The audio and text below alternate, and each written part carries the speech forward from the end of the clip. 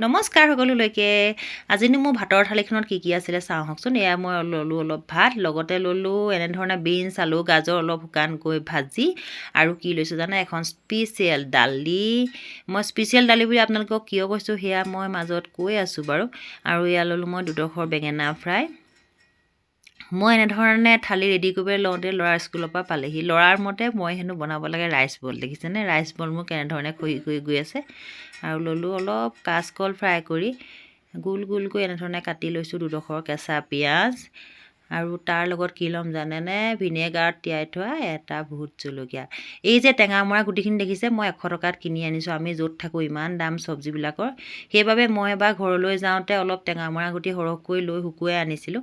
এই দালিখনৰ লগত মই সেই শুকুৱাই থোৱা টেঙামৰা গুটি দিছোঁ। আপোনালোকে বাৰু টেঙামৰা গুটি এনেধৰণে খায়নে, দালিত দি শুকুৱাই খাই চাবচোন, বৰ সোৱাদ লগা হয়।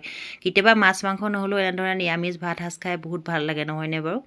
এই দালিখনত মই দিছোঁ মচুৰ দালি, মগু দালি আৰু অমিতা ডাঙৰ ডাঙৰকৈ কাটি, লগতে শুকুওৱা টেঙামৰা গুটি। আজিলৈ আহিছোঁ, বাই বাই।